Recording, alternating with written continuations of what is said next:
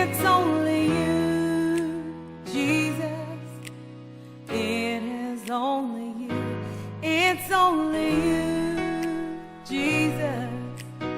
It is only you, author of salvation, giver of life. It is only you, Lion and the Lamb, Holy One of Israel. It is only you. It's only you, Jesus. It is only you. It's only you, Jesus. It is only you, my glory lifter of my head.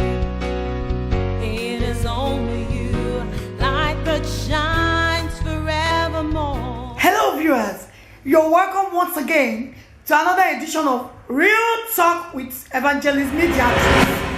Today with me, we're talking real with a sister of mine, a humble sister, a minister and a co-founder of Touchline Society, because we're going to be treating a topic that we all are going to learn from: interracial marriages.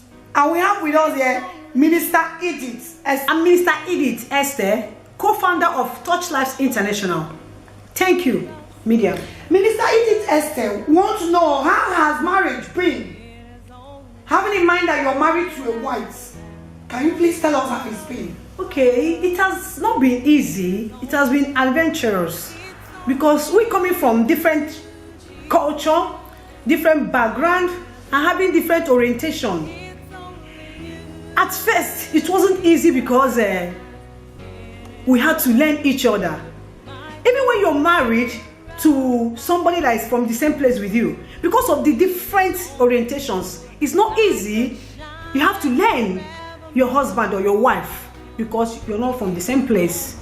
You came from this different background.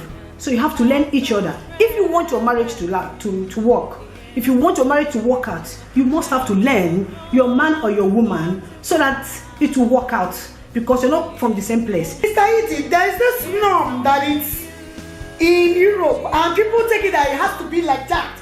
The fact that people will be married to whites and they have what they call black boy or black girl, the guys, they must have someone that is black beside their husband or their wife.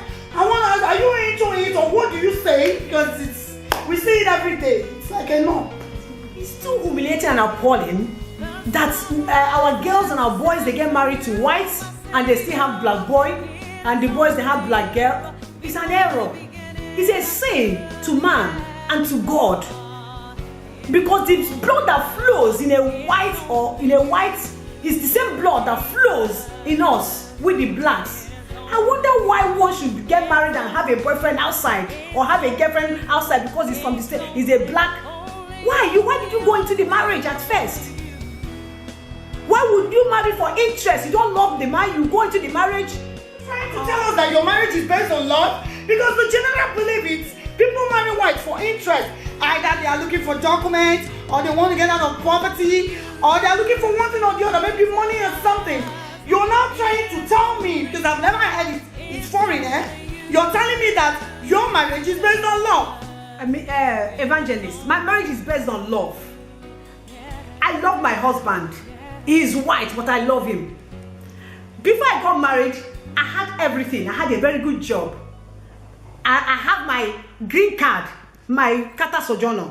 So I don't have problem with all those things. I married him because I love him. Most of our girls, they marry for interest. And they marry because to be systemized. But I didn't marry for that. I believe that marriage is a very shameful thing, and it's a sin to man and to God. God abhors sin.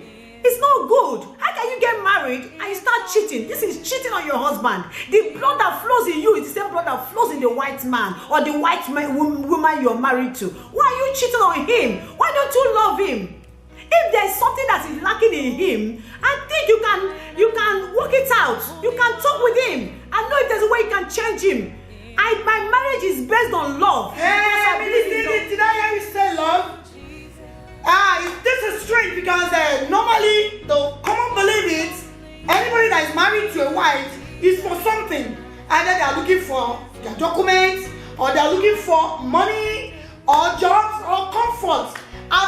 read it anywhere that someone married a wife for love.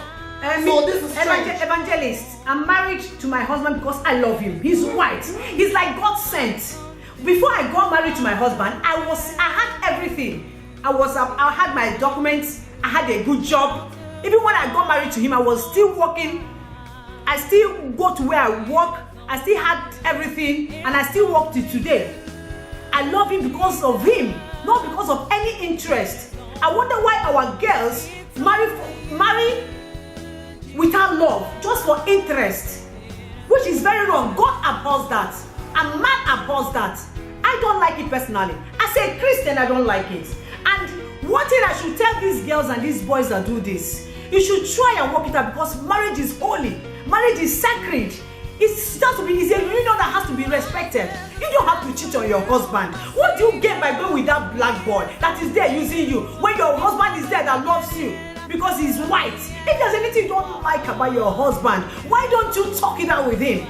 Why don't you talk it out with him? And I have something I have to tell you, Evangelist. My marriage is based on prayers. Coming to prayer, there's something I want to ask you.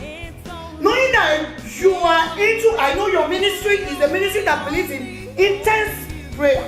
How does your husband cope with your prayer life, the way you pray and speak in tongues and all that? How does he cope?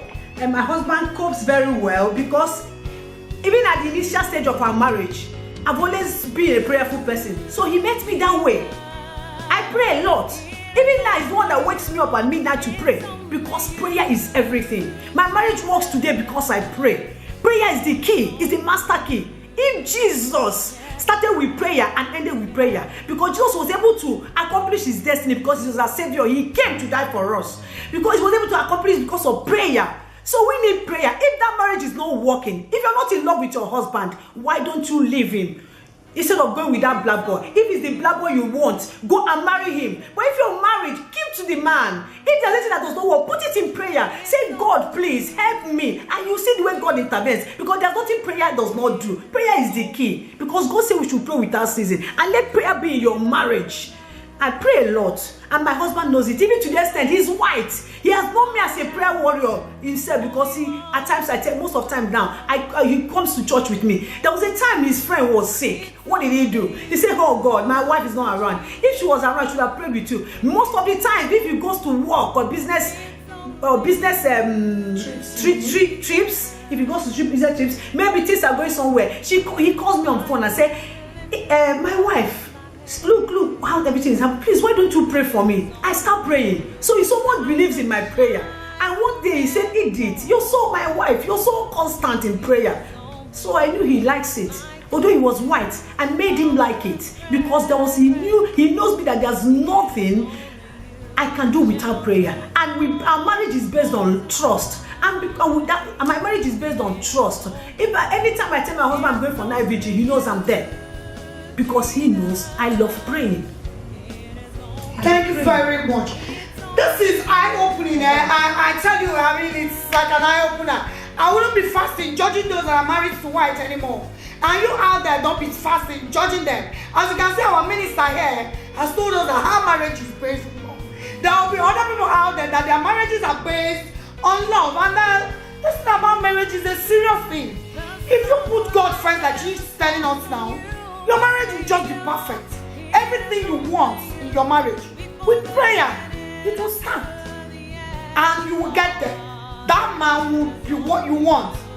Stay tuned. Don't touch that dial. To another edition of Connect with Realtalk on your daily life issues. We'll be happy to partner with you. Stay tuned for next edition.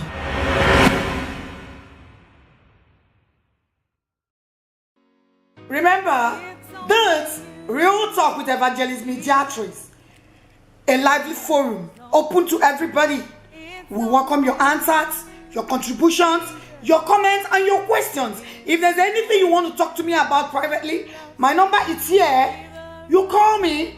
If you want prayers, I'm there to pray with you. Thank you, and don't touch that dial. Stay tuned.